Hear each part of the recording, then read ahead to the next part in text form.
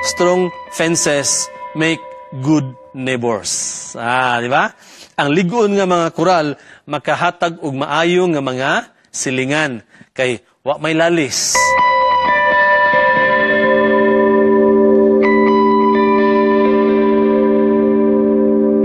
Amahan nga langit no, nining kagabhion, nagpasalamat kami, nagdaig kanimo Dios nga ikaw nagauban ka namo sa among paghimo nining tibok semana nga seri. Mahitungod kini sa imong pagtawag kanamo into moral recovery. Ginoo, pukawa among konsensya. Kung nakatulog man kini amahan, hinaot nga among tagdon ang ginagmay nga mga kasikas, ang ginagmay nga mga kaguliyang sa among palibot. Kay kabahin kami o Dios sa pag-ugmad, pagbalik sa moral, sa nasod man o sa pulianan. Salamat kay Ginoo nga ikaw nagasaad magpasaylo ka namo, magatubag sa mga hangyo. Kitugyan namo ang tanan sa ngalan ug gahom ni Jesus manluluwas. Amen. Karong kagabhion, atong tan-awon kining another nga importante nga topiko, pinalangga ko nga mga kaigsunan, higala, mga televiewers, mga kapaglawom, atong i-overhaul ang ruins or repairing the ruins in the context of Nehemiah chapter 2 verse 17. So here, I just would like to remind again that moral recovery program is not about blaming the past. No? Dili ta magtudlo og fingers kinsa ang basulon, but it is about building a future. So kabahin kita niining pagtukod, pag-ugmad balik sa moral, sa ato pulianan, sa ato nasod. So, dili pinagi sa slogans, but through brokenness. Na-damage yun mga igsoon, no? Pinalangga ko ng mga higala. But here, not through noise, di ta magdahag istorya, sa padihang ng mga kasikas, but through returning to the God who alone can heal our land, mga igsoon. It is not the Congress. It is not the Senate. It is the God we serve who alone can heal our land, mga igsoon. So, gigon dito sa Salmo 11:3, if the foundations are destroyed, what can the righteous do? So, kung ang pundasyon gani ma-destroyed na, ma-shake na, maguba na, unsa may angay himuon sa mga nag-angkon nga mga tinun-an ni Kristo, sa mga nag-angkon nga mga matarong diha atubangan sa Ginoo. So the answer is, we will return to the builder. Pinalangga ko nga mga kapaglaom. So here, atong sugdan, no? Overhaul the ruins or repairing the ruins. Now, kung atong tanawon, ang mission ni Nehemiah is not merely architectural, but it is moral and covenantal. Now, here, ang background aning Nehemiah chapter 2, pinalangga ko ng mga igsunan is, Nehemiah is the cupbearer to the Persian king, na dawat niya ang pulong that Jerusalem, ang iyang ancestral city, is in ruins.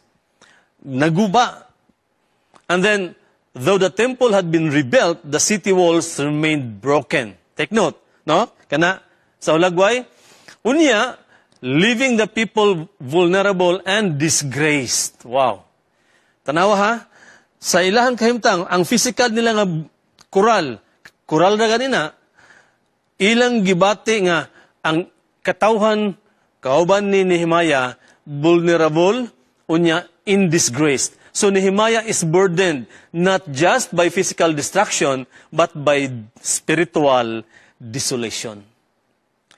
Mga pinalangga kong mga igsoon, higala, ingun-ani unta atong pagbati sa atong pulianan, sa atong nasod, nga mubati ta nining spiritual desolation.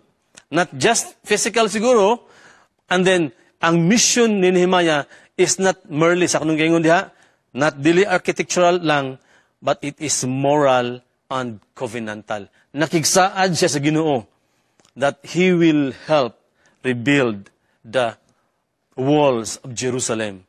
So, karon, ang teksto gaingon, you can see the trouble we have here. Take note. Jerusalem is a pile of ruins, and its gates have been burned with fire.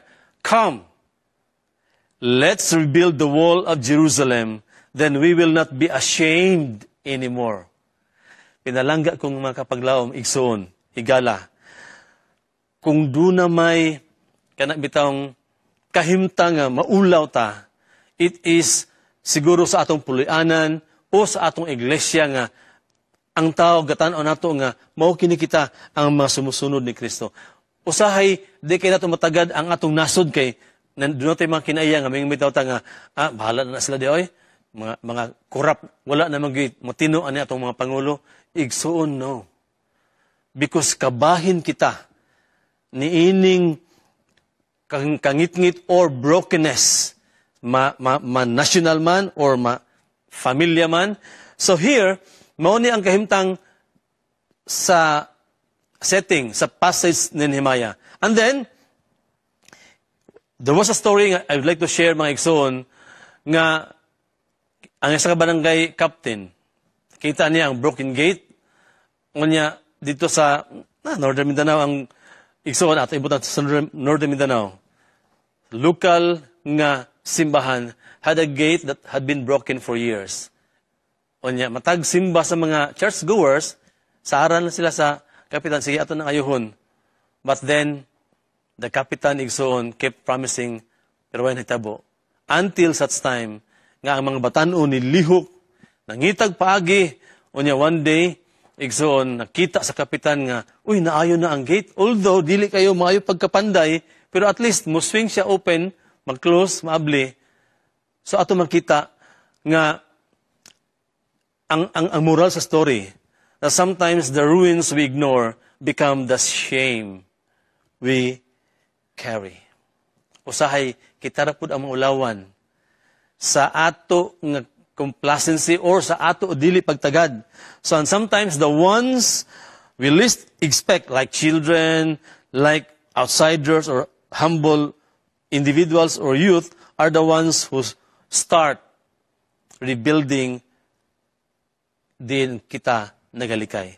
So, pinalangga kong mga kapaglaom, hinaot nga, like Nehemiah, who saw the ruins, atong himuon ang pag-inbitar sa uban. Come, let us rebuild, mga igsoon. So here, atong tanawon ang detalye gamay sa aning context sa Nehemiah, aron ato makita kung unsa ang ito himuon mga pinalangga nga mga kaigsunan, higala. So ingon diha sa Nehemiah 2:17, you see the trouble we are in? Come, let us rebuild the walls of Jerusalem and we will no longer be in disgrace. So, nakita ni Nehemiah ang kadaot o iyang nirali siya into restoration. And then, God's grace, remember, ang grasya sa Ginoo doesn't patch, it rebuilds. Meaning, ang Diyos igsoon dili siya kontento, kanabitang muhatag lang siya og ipatch sa guba, but He really into business of rebuilding. Pinalangga na ko ng mga kapaglaom.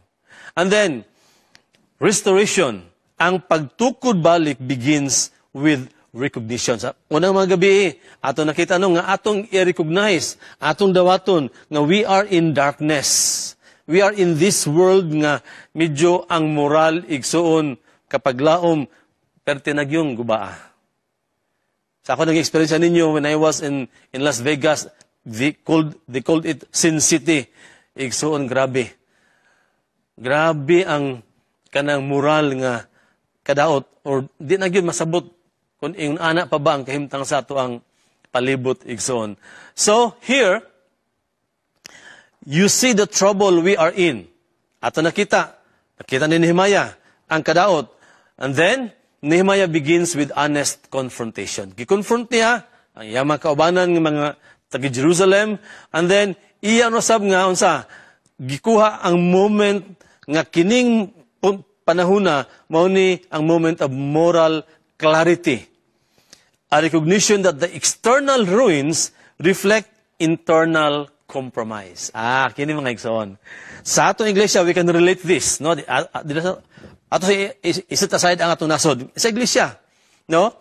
Nga usahay Niya ato makita nga ang iglesia mamingaw na tungod kay internally sa sulod sa iglesia dunay konflikto nga wala ma-resolve, or ato makita nga uga na kaayo ang pagpangalagad sa mga kaigsunan. It is because internally na ay problema pinalangga nako nga mga kaigsunan. So atong tan-awon, like the line, let us see the trouble we are in. Pinalangga nako nga mga kaigsunan. Ayo, dili ta magtulog-tulog. Let our conscience nga matulog. But then we must wake up. And then, nipadayon diha ang context is the moral recovery. If you want to recover the moral sa atong komunidad, sa atong pulianan, or even sa ato ay isun kaugalingon, it begins with truth-telling. Sa atong nanggi, say-say sa agi mga gabi, nga ang pundasyon sa moral recovery, we will anchor it sa pulong sa Ginoo. The problem with our government programs, mga igsoon, kay daghan kaayong mga kanabitaw nindot nga mga linya sa mga saad, usahay layo or wala gi-anchor sa pulong sa Ginoo, mga igsoon.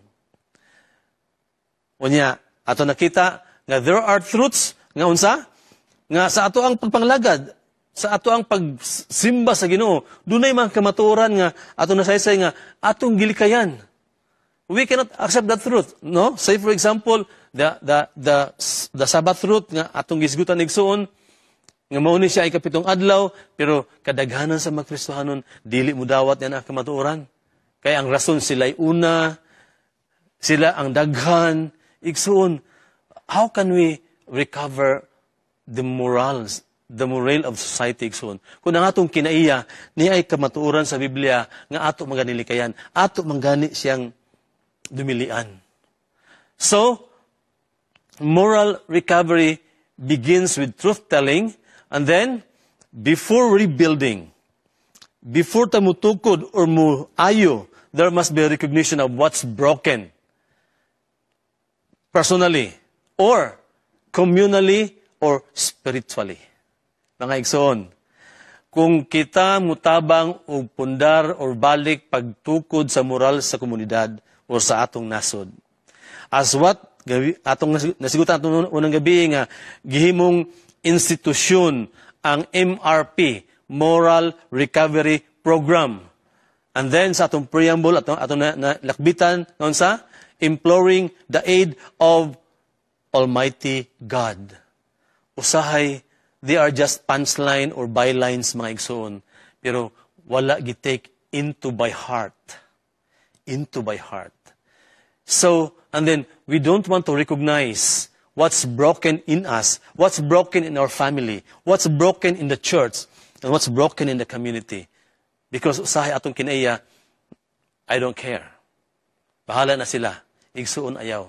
Sa Ginoo, love one another. And, ingon siya, magtinambagay ang matag-usa aron sa paglig-on sa matag-usa. Pinalangga ko nga mga kaigsunan. That is why, kung mo tanawon ang narrative sa kang Adam and Eve, when they disobey God, it is God who took the initiative nga nangita siya kang Adam and Eve. And then, kung mo tanawon, the covenant relationship igsoon, atong lig-unon, if we want to rebuild the moral of the society, atong lig-unon ang atong relasyon ngadto sa Ginoo. Nga siya lamang igsoon ang ato ang maoy tig-tukod balik sa unsa may nangaguba.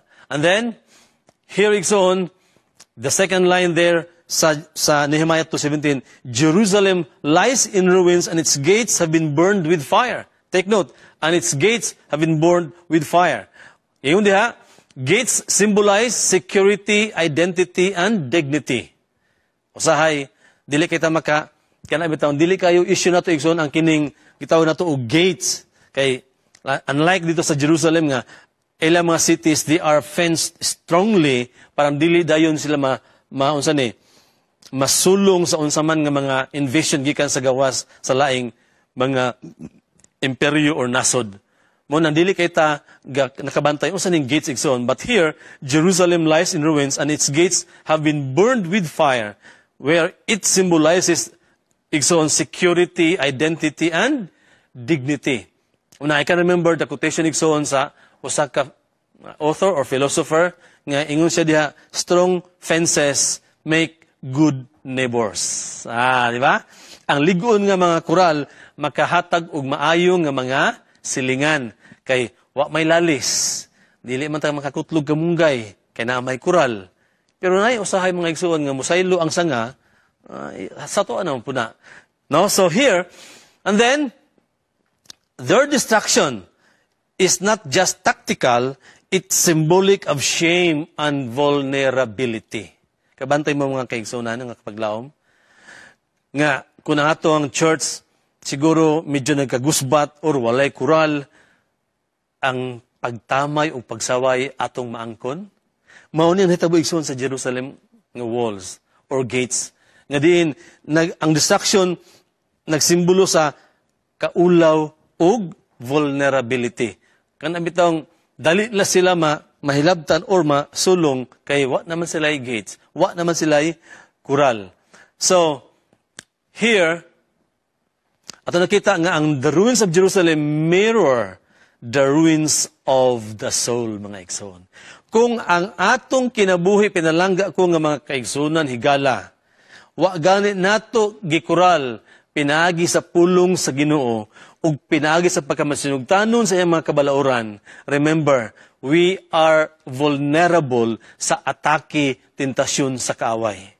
So kining context sa passage sa Nehemiah mga igsoon is not just physical or tactical, but it is also spiritual, or it nagtandog kini sa ato ang kaugalingon nga kalag mga pinalangga ko nga mga kaigsunan. That is why MRP is a good initiative sa ato government.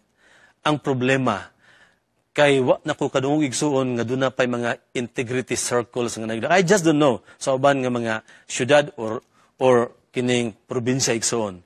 But if ever there is, may we can be a part of rebuilding igsoon unsa man nga guba diha nga moral or values sa atong nasod ug sa atong iglesia ug sa atong pulianan. Okay? Now here, ato ipadayon igsoon, while Jerusalem is in ruins, nagtumbok kini nga ang sala di ay leaves us unguarded.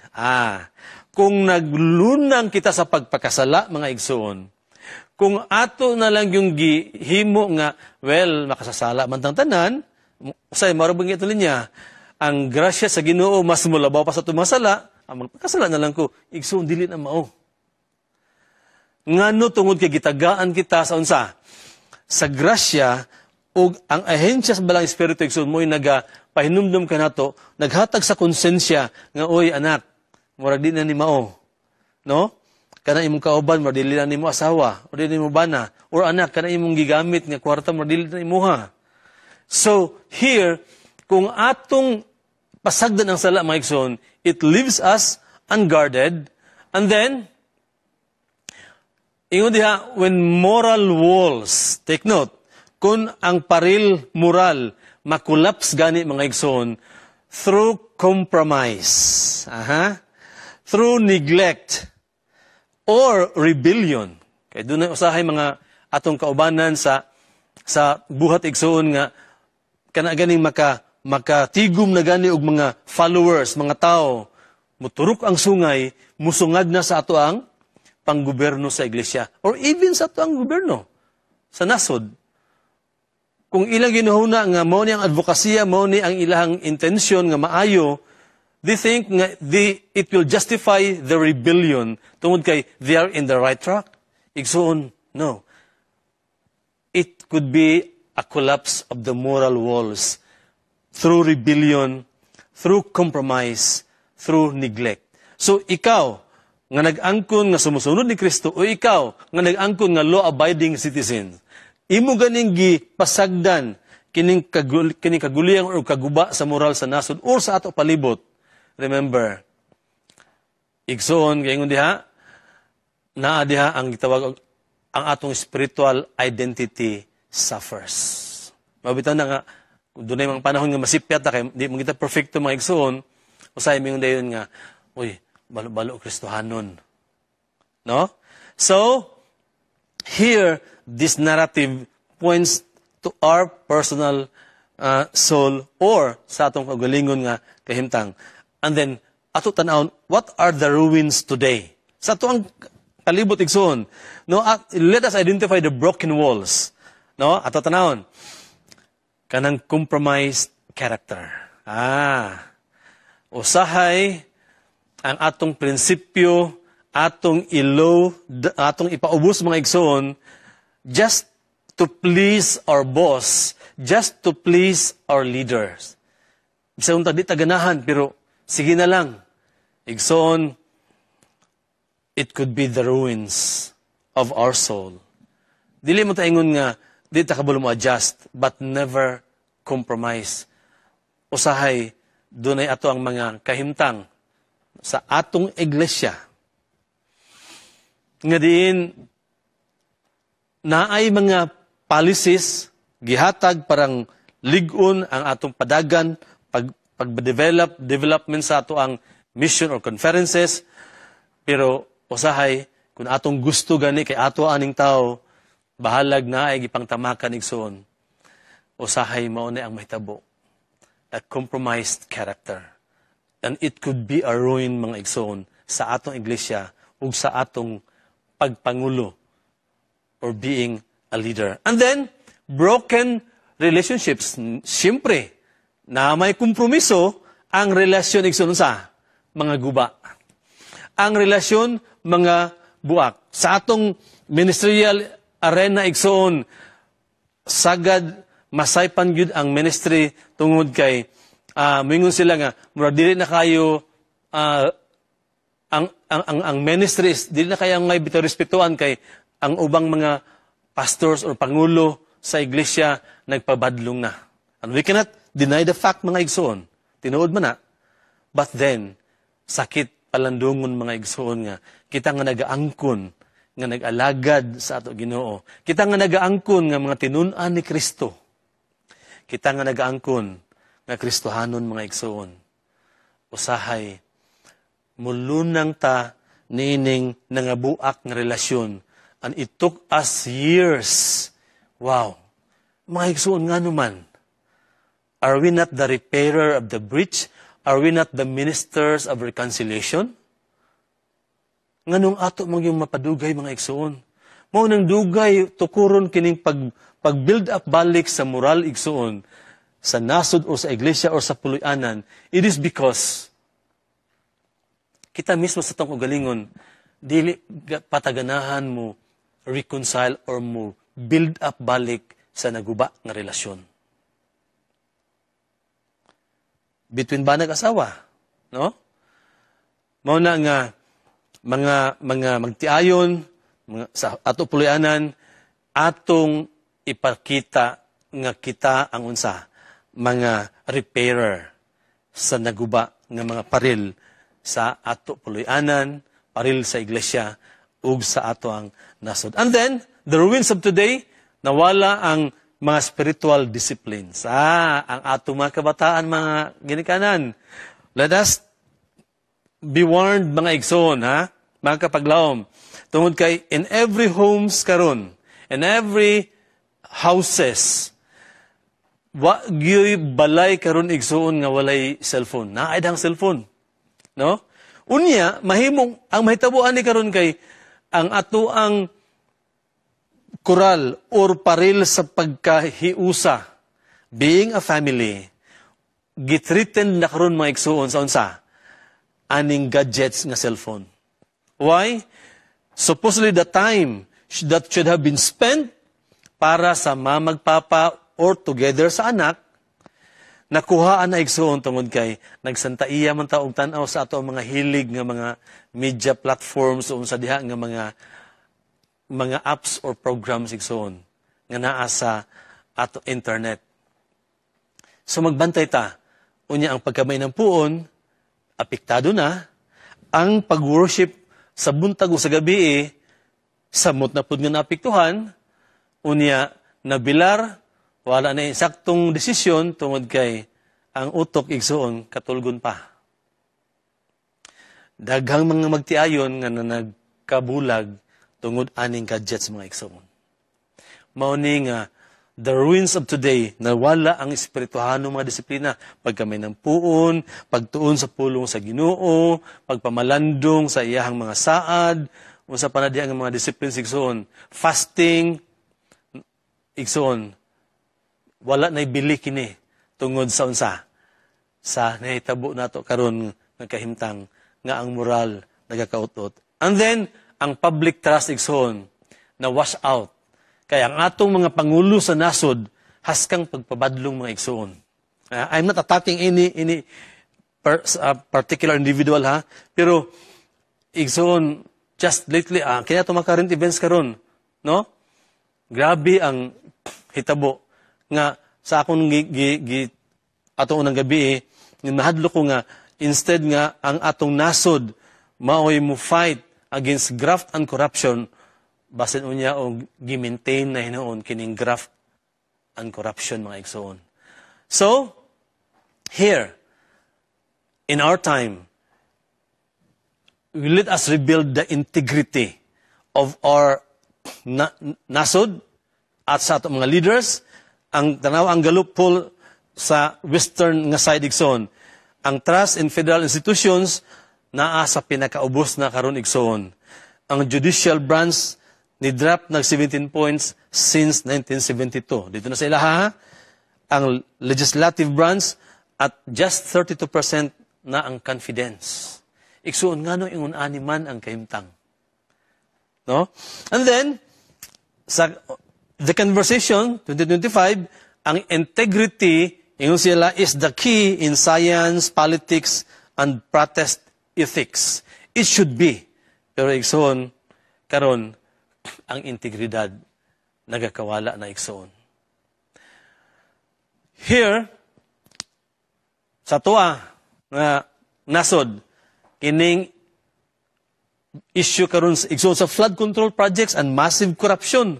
No? Di nato ni i-detalye mga igsoon where the Senate Blue Ribbon Committee has launched an investigation sa alleged irregularities in flood control projects, probing ghost projects, monopolistic awarding of contracts, and misallocation of billions of pesos mga igsoon.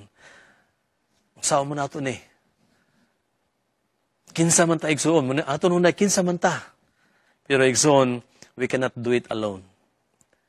Let us go back to the builder. Walay imposible sa Ginoo pinalangga ang mga igsoon. We are not trying to solve this problem. Atoa ang moral igsoon nga malig-on gihapon nga unta mabadlong kini mga corrupt government officials. Kung unsaon naragin sa Ginoo mga igsoon, no? But I hope and I pray na kini atong serye makatabang kini. Transparency reforms versus persistent corruption, no? Even in our church, we cry, transparency, transparency. But, we are affected as a church and in our family as well. So, ato tanan ng blueprint, God's blueprint for restoration. We must start with confession. Sige yung sa 1 John 1:9, if we confess our sins, God is just and righteous enough to forgive us.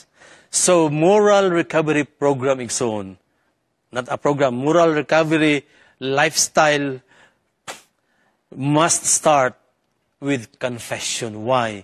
Because we are broken. We are sinners. We are part of the damage mga igsoon, whether we like it or not.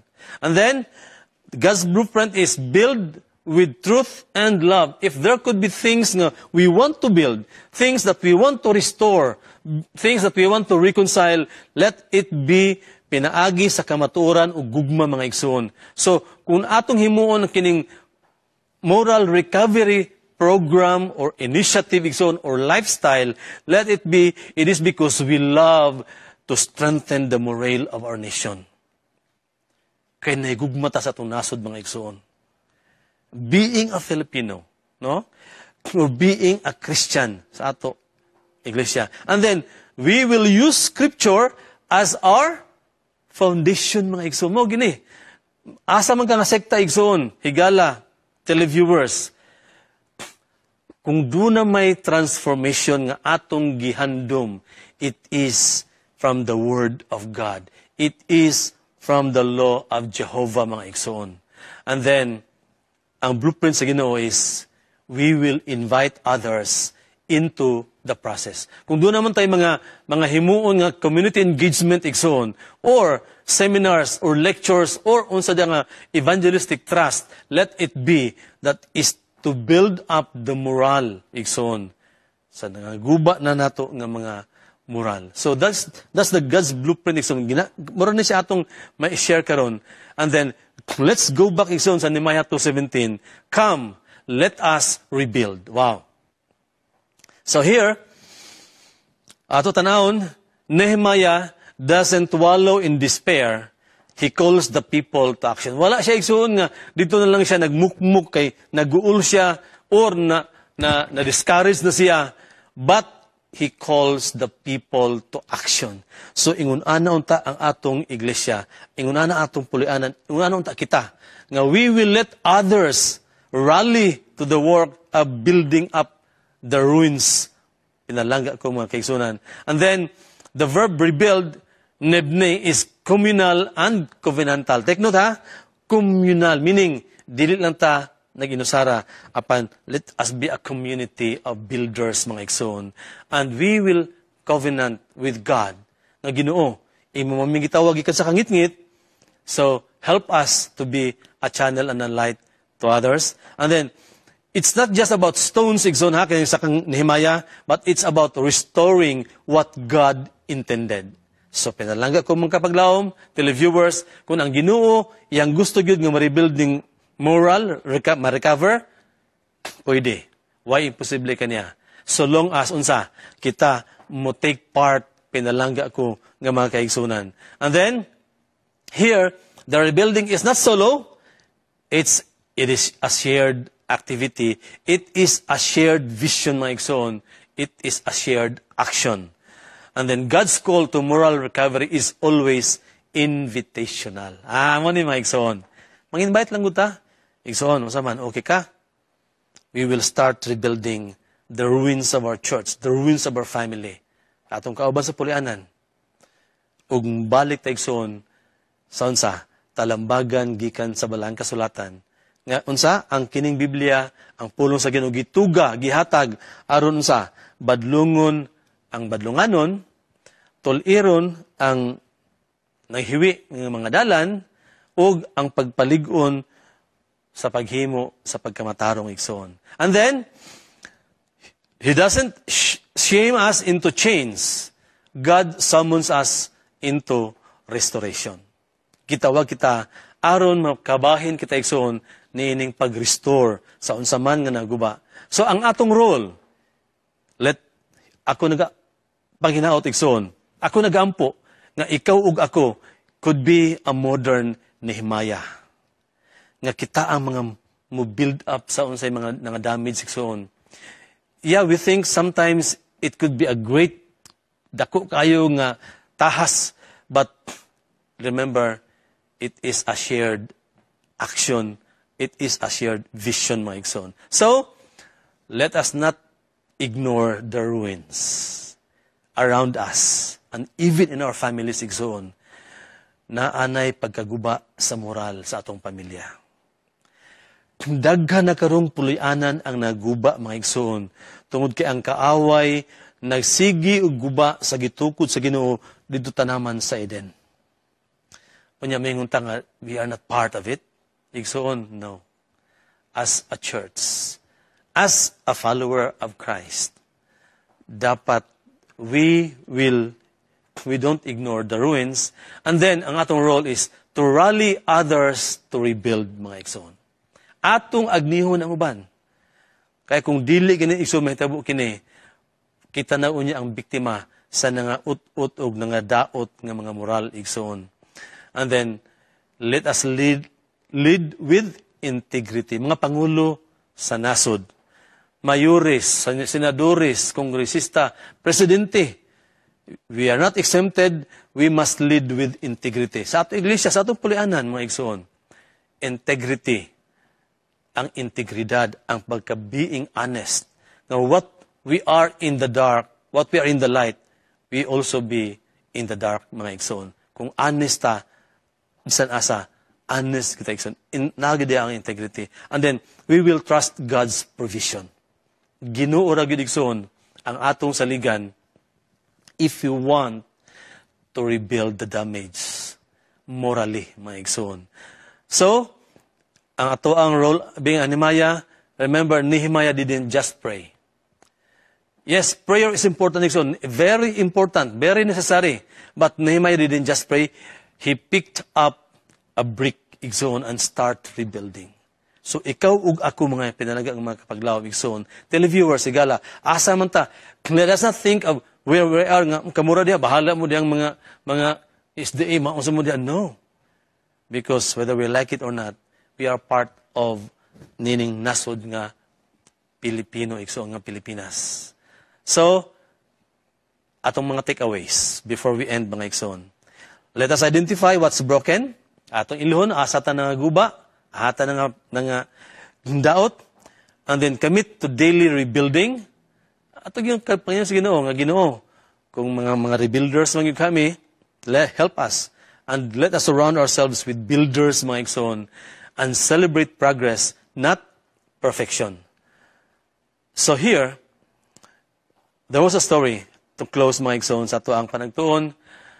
Sa usa ka kining driver, tagiya sa sakinan, nga naguba ang iyahang kining bumper, o niya iya lang pataptan o duct tape, mga igsoon, while dito siya sa kining nagdagan, tanggal man ang mga igsoon dito sa traffic. Ingon ang mga tao, good job, MacGyver. But here, mga igsoon, remember, quick fixes don't last. Kanang bitaw mong dali-dali nga pag-ayo, igsoon. Dali-dali nga pag-rebuild because we are kanang bitaw nadasig ta. Remember, God doesn't use duct tape. He rebuilds from the inside out. Kung doon na may angay i-rebuild, igsoon, una, kanang imong kasing-kasing, kining akong kasing-kasing. God rebuilds from the inside out. Kaya kung dili ta igsoon makasabot sa plano or tumong sa Ginoo, maugyapon ang atong pagtagad aning nga kaguliyang or kaguba ng moral sa ato ang nasod o sa atong palibot. We don't care. Not unless God rebuild by His grace from inside out, mga igsoon. So, here, grace rebuilds, not just repairs. Imani ha? Any transformation, any reconciliation, it is not how good you are, how good our leaders are, but it is because of the grace of God, mga igsoon. Grasya sa Ginoo. But, dili na ipakabarato ang grasya ha, nga ato nalang i-compromise, nga hala, unsa na mga burduloy sa atong itaod, kay grasya lagi sa Ginoo, dili, wala na nilabot sa kaluwasan. Igsoon, no. Because God called us to live a holy lives, mga igsoon. Nga peculiar nga katawhan sa Dios. And then integrity is worth the effort, and we are not alone in the restoration. Remember that. Dili ta nag-inusara, igsoon. Let God lead the overhaul. Wow. Atong tagaan ang Ginoo ni ana, igsoon, nga kahimtang nga diin, siya ang mo lead out sa pag-overhaul. So, here, and we will no longer be in disgrace.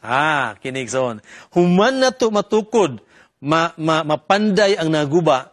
Igsoon, remember ha, disgrace is the loss of honor often due to covenant unfaithfulness. Kinig son. Sa katawan sa Ginoo, gikan sa Eden, padulong ngadto kang Kristo, igsoon, daghang mga panahon nga ang iyang katawhan wala nagmatinumanon, wala nagmatinuhon sa ilang pakigsaad. O ang hitabon sa gitugsiyan sila sa pagkabilanggo dito sa Babylonia, dito sa Ehipto, ug daghang mga consequence, igsoon. That is disgraceful or shameful, igsoon nga kahimtang. But the good thing is, ang Ginoo nagtuk sa initiative aron kuhaon balik ang iyang katawhan.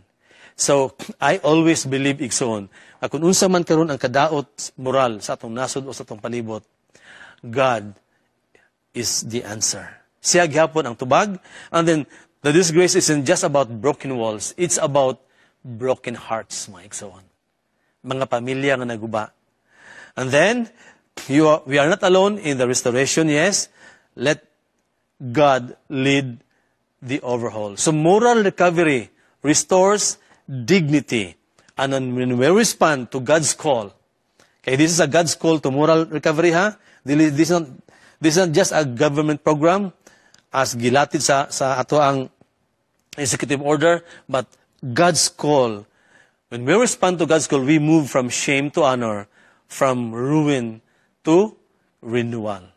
So, here, mga kapaglaom, ako nagapanginaot nga kining atong panagtuon ni kagabihon, mamahimo kining paagi nga atong tubagon ang tawag sa Dios aron atong pandayon balik ang naguba nga moral sa atong pulianan, sa atong kagalingon, sa atong iglesia ug sa atong nasod.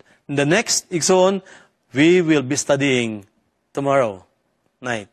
We will be studying vigilantly guard the heart. Guarding the gates, igsoon, sa passage sa Proverbs 4:23. Ato tanawon kung sa unsa nato pag-guard ang heart kay usahay kini tikasan ngin atong kasing-kasing igsoon. So salamat kayo mga televiewers, mga kapaglaom. Share this atong serye sa inyong mga higala if you think nga gusto ninyo nga sila usab kabahin to be the builders of the ruins, the builders of the moral damages, mga igsoon. Mag-ampo ta lang sa pagtapos.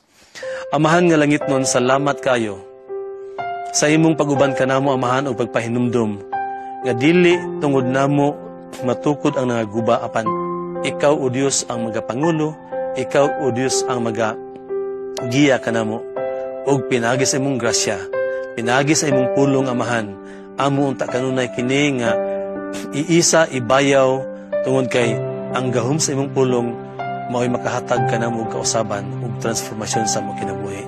Tuguti amahan nga kini nga series na nga semana, mamahimong panalangin sa mga televiewers, mga kapaglaom, sa mga higala ug hinaot nga amo usab kining may share ngadto sa amo pa nga mga kaubanan na nasa Lagyong Dapit. Salamat kay Ama sa pagpanalangin ining Hope Channel Studios South Philippines ug sa amo mga kaubanan sa buluhaton. Daghang salamat o Dios kay gidawat ang pag-ampo gipasaylo ang mga sala. Itugyan namang tanan sa ngalan ug gahom sa manluluwas. Amen.